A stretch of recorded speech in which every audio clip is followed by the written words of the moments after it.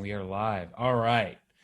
Well, thanks so much for having us and for showing up today. We are so excited. This new 15-minute format is new for us too, but we're going to do our best to give you a ton of great content in 15 minutes. And normally we would like to make these really interactive, but given the time constraints for the presentation, we're going to keep it a little bit more presentation style. And then at the end though, we have plenty of time. We will say as long as there are questions to be answered. So anything about the presentation or just any other burning financial questions that you have, we're happy to stick around and answer.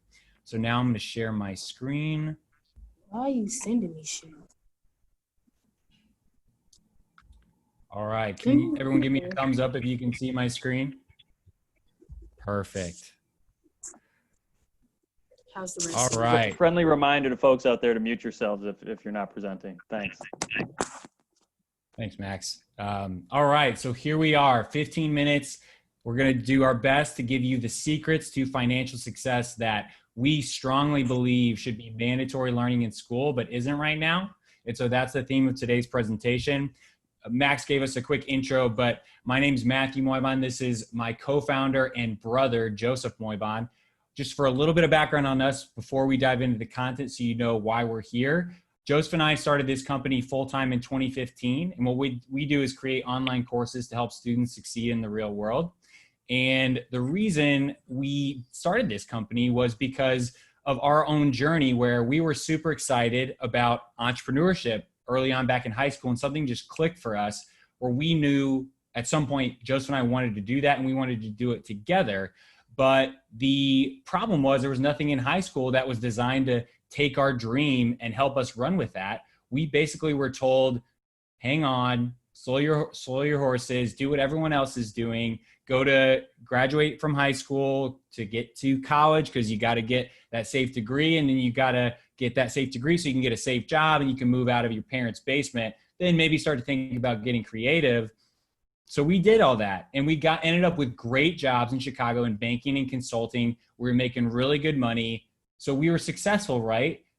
Except that we were super empty inside. We were way dissatisfied because even though we had achieved success by someone else's definition, we were really unhappy because we wanted to be entrepreneurs and we felt like we had to follow this script that really were just imposed on us by other people. And so what we wanted to do was help every single student, not just the ones that are excited about something in banking and consulting, but the ones who are excited about anything, entrepreneurship, being creative, giving them the tools we wish we would have had when we were growing up to help them create their second to none life. And that's the name of our company. 220 stands for second to none. And so all of our programs are designed to do that. And this personal finance presentation is designed to do exactly that. This is a skill that we feel is so important. Everyone has to deal with it no matter what career you go into, but we don't spend hardly any time talking about it. So that's what we're going to do today. I wish we didn't have to do this, but because finance is a very sticky topic, we do have to say that Joseph and I are not financial professionals. So any of this in this presentation is just for informational purposes for you to learn a little bit. But if you're going to implement this, we would recommend speaking to a financial professional. That being said, these are stories, experiences that we've personally tested and that we've seen work with other people and that we've tested and have worked for ourselves. All right. So here's a quick snapshot. These are the 5 steps that we're going to go through today, the 5 secrets, and we're just going to dive right into them. All right. You'll have access to these slides. You'll have access to the recording, and we'll circle back through on these 5 points too. So don't feel like you have to write everything down, but if you do want to take notes, then obviously feel free. So these are the 5. We're going to dive into the first one. I would love to just hear first from people, and feel free to just type into the chat box. Think about 10 years from now. How much money would it take? Just give us a number for you to be like, I'm set. I can do whatever I want to do. My goals are achieved. I'm ready to go.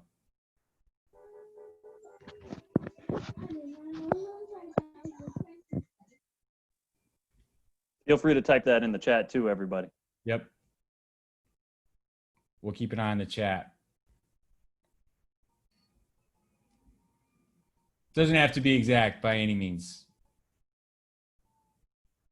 All right, there we go. Thanks, Taylor. 1.5 million. 600. 1 mil in the 401k. Love it, Max. 15 million, 500k. Awesome. Feel free to keep those trickling in. Those are great answers. And what's funny is a lot of people just, and I myself included when I was growing up, we had this number in our head that we thought, if I just get there, right, I'm going to be good. I'm going to be able to figure everything out. But the problem with that is that number is pretty much arbitrary for everyone, right? It's not associated with specific costs. Like once I have that much money, I'll be able to afford these specific things because I know how much these cost, right? We're just throwing out a big number. One of my favorite quotes from one of my favorite books of all time is this one on the screen. And it's from Tim Ferriss, which basically says people just throw out the number a million. And a lot of us gravitated towards that, or maybe we said 1 million divided by 2 because that just seems like a number where we'll have enough, right? And 1 million is an attractive number. But a lot of times we're just wanting that much money because we think that will give us the freedom that people associate with having $1 million, right? But actually for most of us, what we truly desire costs a lot less than that. And what we need to do is actually define what's exciting for us, what we want our life to look like, and use money as a tool to get there, not as the ultimate goal, right? I just need to get $1 million no matter what. Because when we do it, when we define success for ourselves by money first, what that does is money becomes either the ultimate goal where we're willing to do absolutely anything to get there, right? Like we're willing to get a job that we're not excited about and work a ton of hours just because we have to get to that number. Or we would love to do something for our career, or we would love to have this experience, but money is the ultimate obstacle because people have a lot of trouble carving out a career path and something that really excites them, right? So when we do it money first, these are the problems. But if we can define success on our terms, then all of a sudden money has a purpose, money has meaning, and money has context. And again, money is a tool, not the ultimate goal or the ultimate obstacle. So the questions you want to ask yourself to define financial success for you are, what's important to me? What actually matters to me? Because that's going to be a different answer than anyone else on this webinar and anyone else probably in the world. It's unique to you. So that's what you have to define first. Then you want to say, what are my goals? Like what am I trying to accomplish personally, professionally? What do I want to design my life to look like? And then the other thing we would challenge you to do, which aligns with that Tim Ferriss quote, is think about how you want to spend your time. Time is the most valuable resource we have, and none of it's guaranteed. We assume that we're going to all, have 50, 60, 70, 80, 90 plus years on this earth. So we have plenty of time, but you want to think about each moment as precious. How do you want to spend that time? And that will help you define what financial success means to you.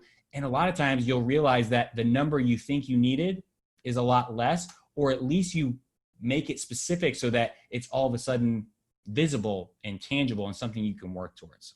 So that's number one, define financial success for yourself. Next, I would love to get everyone back in the chat box. For point number 2, how many lottery winners do you think go broke after they win the lottery? 90, 90, 70, majority, yep, 90, don't know. It's 70. So you think about that. How is it possible that someone who wins millions of dollars, right? Can you imagine that if based on all of our answers, we would pretty much be covered, right? We'd be set for life. How could you possibly lose all of that money? The reason is because they don't pay themselves first, which is our second critical concept. What they do is they start with the money they earn, in this case, the lottery. But for many people, they just start with the money they earn. They think, okay, next I need to figure out what my expenses are, how much do I need to pay for food, my house, my car, everything that's an expense. And then with whatever I have left over, I can start saving or I can start investing in the market. But what happens when you do this is your number for savings and investments is always going to be smaller than you could actually make it. So you look at this example, $900 worth of expenses on $1,000 of income, you save $100. That's not bad, right? But that's a small percentage. It's 10% versus if you flip it and you say, you know what? I'm going to pay myself first. I'm going to put my money away first things first and put it in my savings and put it in my investments, because I'm going to have that money grow for me. And then I'm going to be able to create the life I want because I'm not running out of money. Then you can take that number from 10% to something like 30%. And all of a sudden, you make that a monthly number, that starts to get more meaningful. And then as you all get further in your careers and you start to grow your professions and make more money and get more skilled, the numbers can get even more exciting, right? You think about saving $3,000 and investing $3,000 a month, that's $36,000 a year. You start to add some years to that, things start to get really, really exciting. Most people in the world, though, go the other way around. They go income minus expenses, and then whatever I have left over. So if you learn nothing else from today, I would challenge you to just take this one concept away of, I'm going to pay myself first. When I get my income, I'm going to put it into my savings and investments. And there's an even more exciting number. And so things just start to get more exciting the bigger they come, but the principles and the concepts stay the same. And the reason we believe in this so strongly, here's an example. And I believe it's important to actually share tangible numbers to make these things real. But after 3 years at the bank, this was my financial snapshot. And it was because I applied those principles of paying myself first. And this isn't the most money in the world by any means, but it was really exciting for me because it allowed me to start a company, which was one of my dreams for my 220 life, and also to buy a condo with Joseph in Chicago. And so applying that principle allowed me to get here and allowed me to accomplish my most important goals. So for you, you got to start defining what financial success means for you. You got to think about how much something like the things that you really want cost, make it more tangible. And then think about, based on that, work backwards and say, how much do I need to save and invest every month to get to those goals, to get to those tangible things that I'm excited about? So you think about, like, our family, we take a trip to Hilton Head every year. And this is a fun example. It applies to groceries, but we can also apply it to something like a private jet. Rent costs $2,200 an hour to rent it, times 4 hours round trip, $8,800 for us to take our family on a private jet to Hilton Head Island. Now, we're not anywhere close to that right now, but it's kind of fun for us to look at this and say, okay, all of a sudden it's like, I just need $1 million to be able to do whatever I want. You start to define it by these tangible costs, and you get to meaningful numbers that you can say, okay, I can start to work towards those. So next is, I would love to hear if anybody see yes or no in the chat box. Anybody see a problem with this picture on the screen?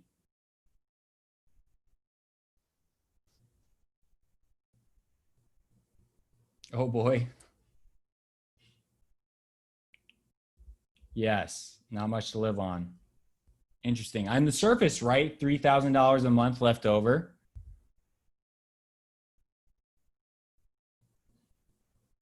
Well, that's not your monthly figure. That's per year.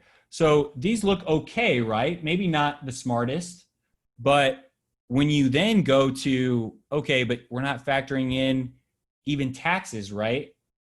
All of a sudden, that baller apartment on the lake in Chicago doesn't look as attractive as maybe you thought, right? You think $100,000 a year, I can afford an amazing place, but most people start again with their expenses. And so they overspend, especially on some of the easiest categories to manage, which are where you live and what you drive.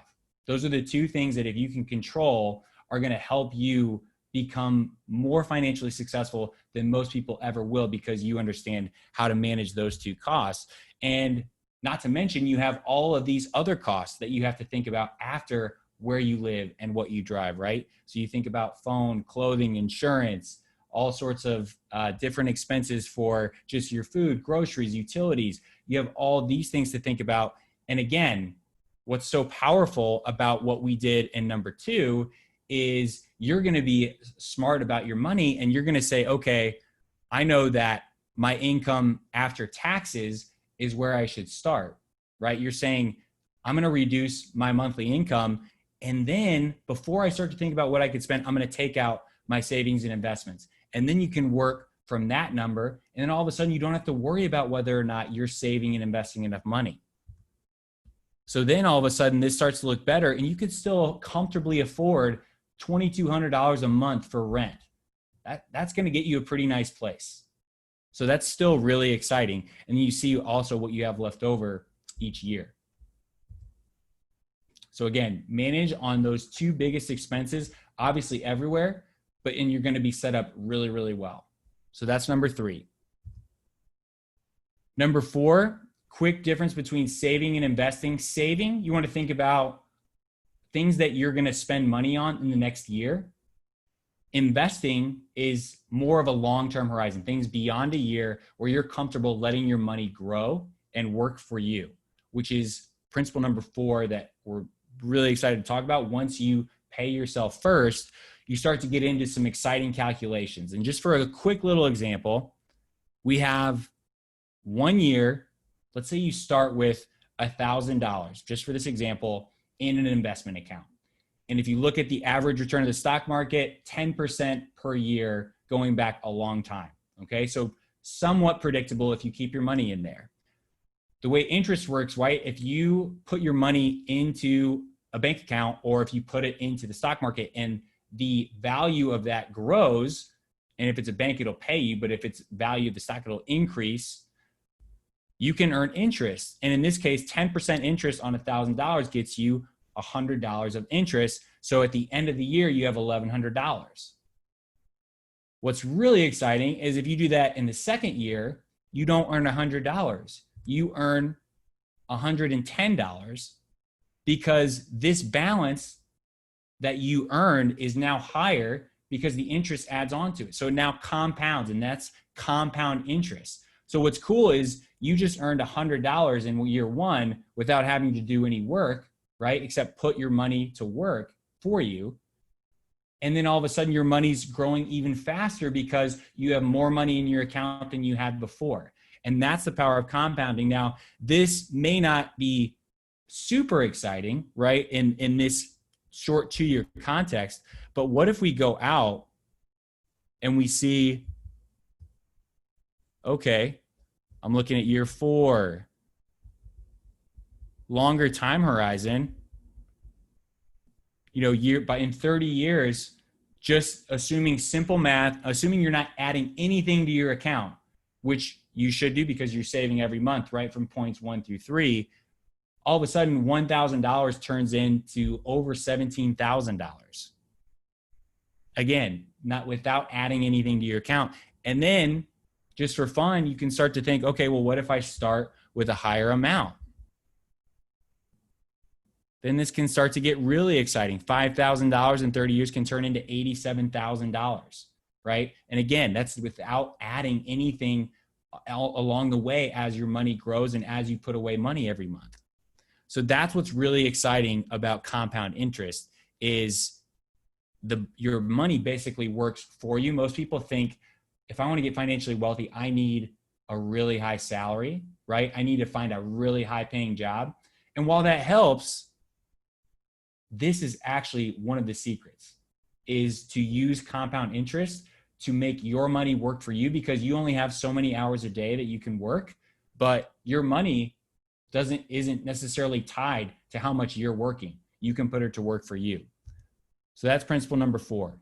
And then last, number 5, this is just a snapshot of a personal budget that I sat down and made with my uncle right after school. Now, I was very lucky to have an uncle who owns his own financial advisory firm, but I still kept this because it was one of the most valuable things I ever did. And I was a finance major in college.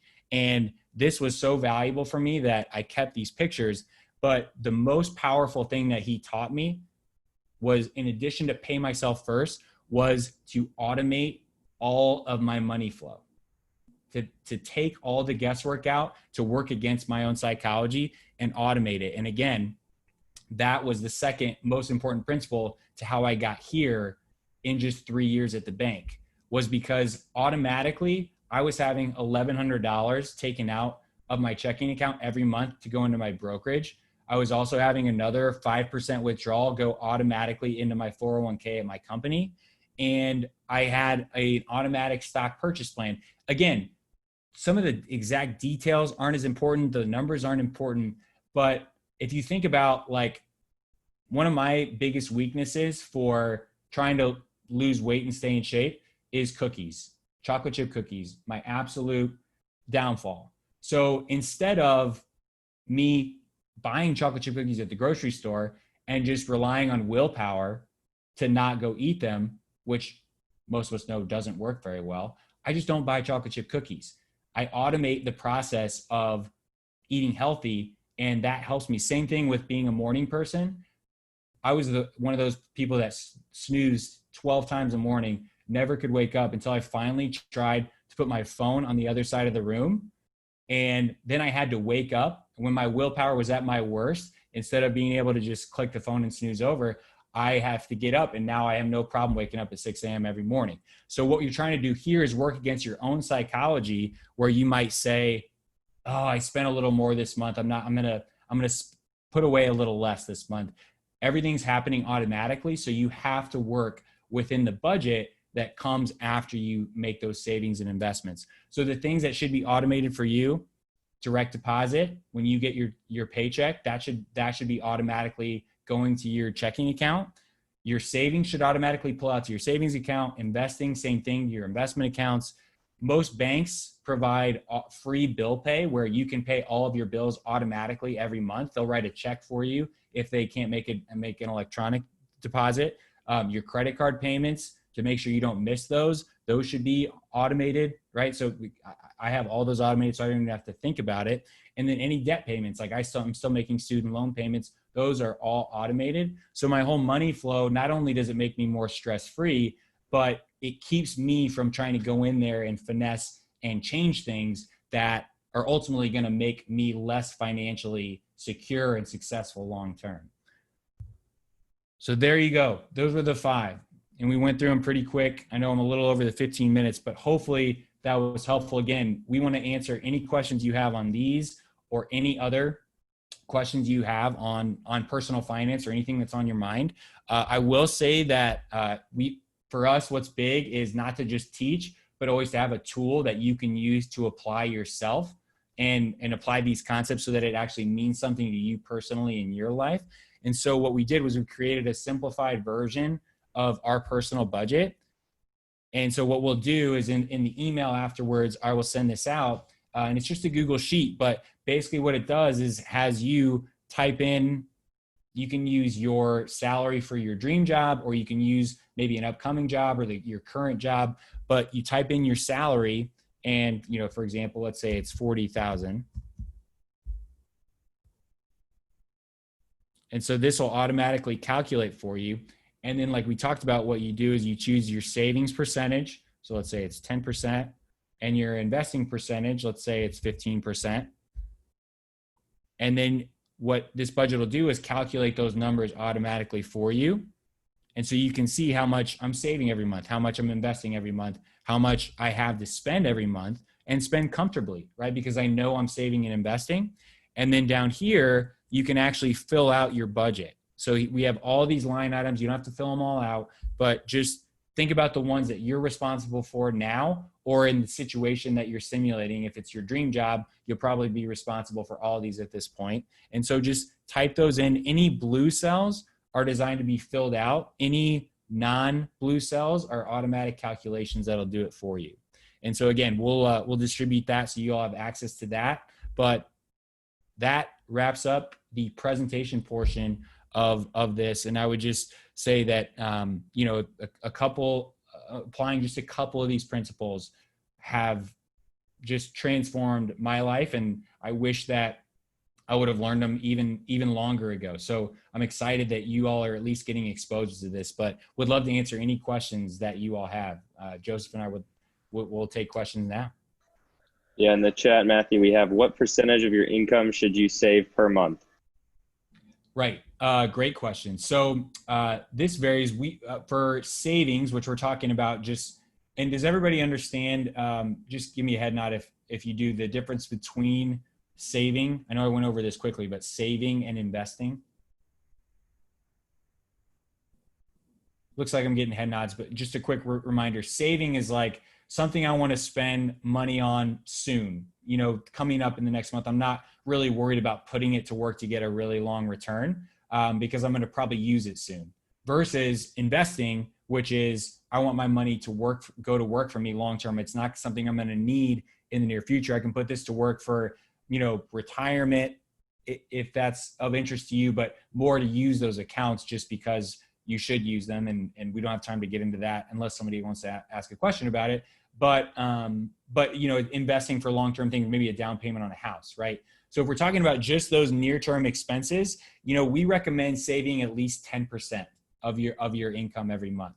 That's what has generally seemed to be financial advice from experts that we really look up to and follow, and that we've practiced. So at least 10%. And then depending on if your situation, you have maybe a big life event or big expenses coming up in the next year, because remember that time horizon is a year, then you can bump that up to 15, 20, 25%. You know, for example, I just got married this year, and there were things like a ring that I had to save for.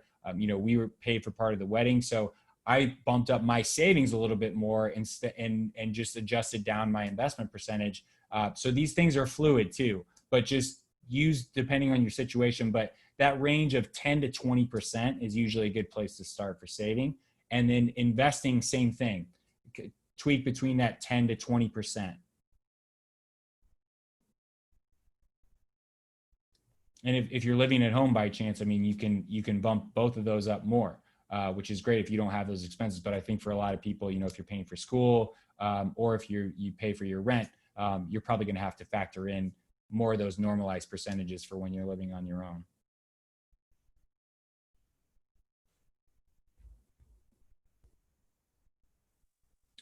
Great. If anyone else has questions, feel free to either unmute or type in the chat. Otherwise, you know, thanks so much, Matthew and Joseph. Definitely. I know we had talked offline, Max, about a credit score question, or I don't know if. Oh yeah. You know, I think unfortunately Jada's not here right now, but Okay. she did have a question, and it might apply to others. You know, how do you, you know, like what's a way to start paying off student loan debt while you're even still in school, was her question. And if some of the, you know, principles that you talked through apply. Yeah, definitely. So they definitely apply. And when you think about something like student debt, that hovers between an expense and an investment, because we define investment as anything that you're putting time or money into now that can pay off for you down the road in even more than what you put into it, right? So the hope is if you pay for student loans and get that education, that your education is going to allow you to make more money over the length of your life than if you wouldn't have gone to college, right? So we kind of consider that an investment, and depending on how much money you're making, you could finagle that and include that in your investment percentage. But again, you're obviously going to need some income to be able to start doing that. And so if you do get a job, then you're going to use these same principles and apply those percentages to your situation. So allocating a little bit more or a little bit less than that can definitely work to start paying those off sooner. And if you have the luxury of having enough to meaningfully start paying off more of your student loans, then you could slide that down into your spending percentage and also save and invest that full percentage not into debt. But for a lot of students that are, you know, still in college or just fresh out of college, sometimes it makes sense to slide that into the investment category. But again, you know, you want to think about it as something that you're automatically going to pay off every month. And once you start paying it, you know, we recommend like making it a regular part of your routine, not missing any payments, obviously, once you're on the hook for them, but just make it a regular part of your routine. And for me, that was one of the things that helped me the most was I just set my payment amount right after college when I was starting to pay them, and then just didn't really think about it too much. I mean, at first I would see the money come out and be like, ugh, you know, but after a while, you know, it's just part of it and you just account for it. And then, you know, here I am and I'm almost paid off. You know, since I graduated in 2012, so I'm almost paid off, which is great, but that's just because of that automation. Congrats. Thanks. Yeah. Thank you. I had help too from my parents. My parents were very nice to be able to help out. But yeah, I was on the hook for a good portion of it still. So yeah. Autumn asks, what is a good credit score? Oh, nice. All right. I thought I had this pulled up. So I have a chart that I think will be helpful to look at. But so basically, does everybody know what a credit score is?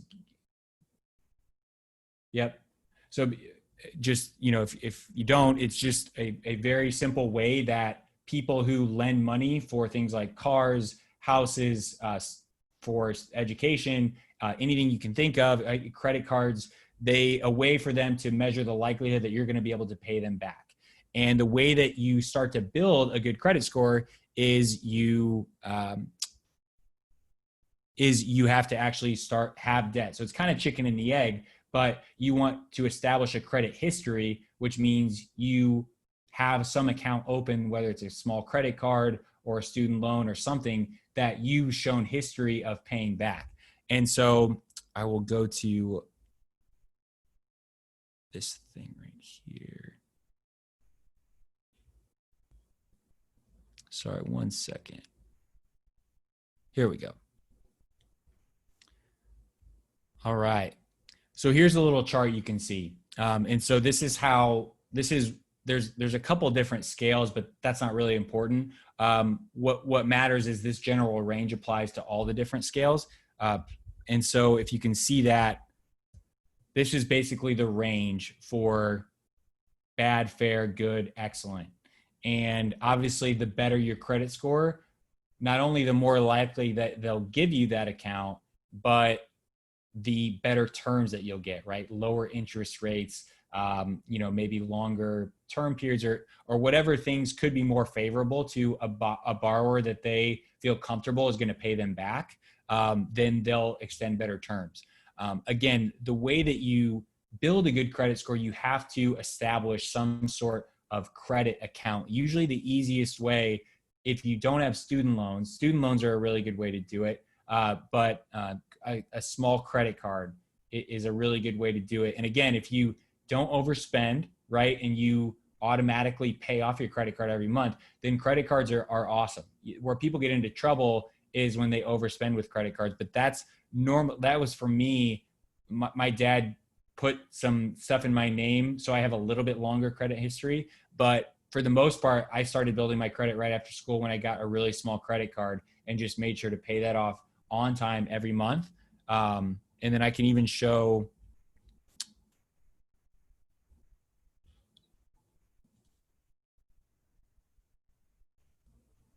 what factors into your credit score. So payment history, basically you see that big red chunk on there, like don't miss your payments. And that's why automatic is so important, because it ensures that you're not going to miss your payments. So if you set your payments to be automatic, I used to think like automatic payments made me nervous, and I would be like, oh, I'll always remember. And I would forget.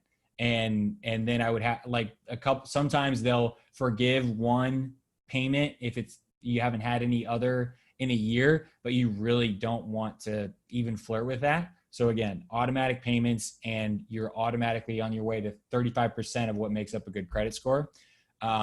Credit utilization basically means that, if you have, let's say, a $1,000 credit card and $9,000 in student loans, then you have $10,000 total of borrowing. And most of the time it's just for credit cards, but basically what they measure is like how much of that are you actually using. And so if you think about it, if you're not using very much at all of your credit card, then that's less risky to the people who are extending you money, because you're more likely to be able to pay it back because you haven't used it all, if that makes sense. Credit history length is a tough one, because a lot of times, for new borrowers, they don't have a long credit history. Mine is like 21 years now, and it's still not considered like excellent, because they want to see a really long history of you paying. There's nothing you can do about that at all. The best you can do is just get started, and make sure you take care of these other two things. Credit mix is, for some reason, they love to see different types of loans. So like a car loan, a mortgage, a credit card, maybe some other types of loans, student debt.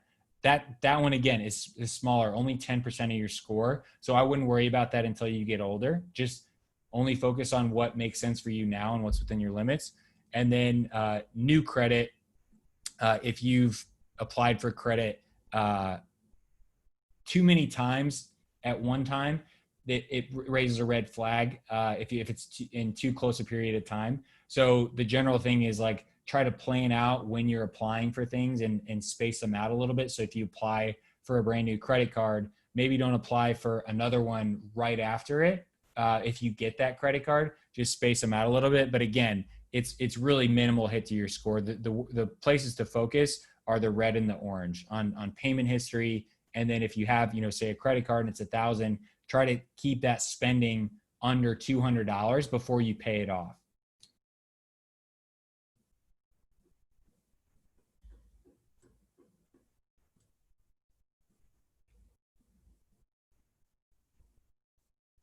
All right. Anything else? No dumb questions at all. Any other personal finance questions, thing you've always wondered about, situation you've run into?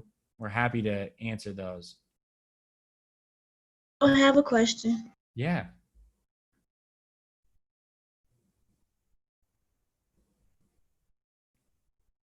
Asia, was that you? Who had the question? Yeah. I said I don't have a question. I don't have a You do question. not. Oh, okay. Thanks. Gotcha. Thanks for letting us know.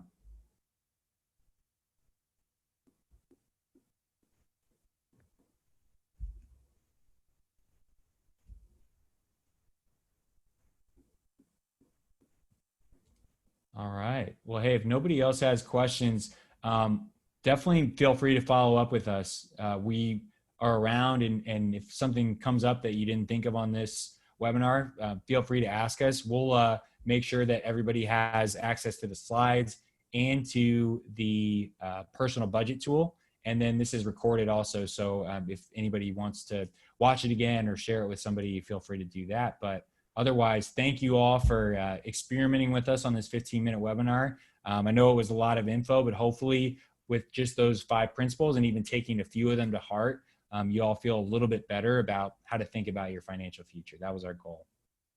Great. Thanks, Matthew. Thanks, Joseph. Everybody who's on, thanks for joining. We'll follow up with emails for the resources and the recording. And Joseph and Matthew will be back next month too for another session. So we'll send around some more information via email about that. But thanks everyone for joining. Thanks again, Matthew and Joseph, for leading us through this. Thanks. Absolutely. It was fun. Thank you all. Thanks, everyone. All right. Have a good afternoon, everybody.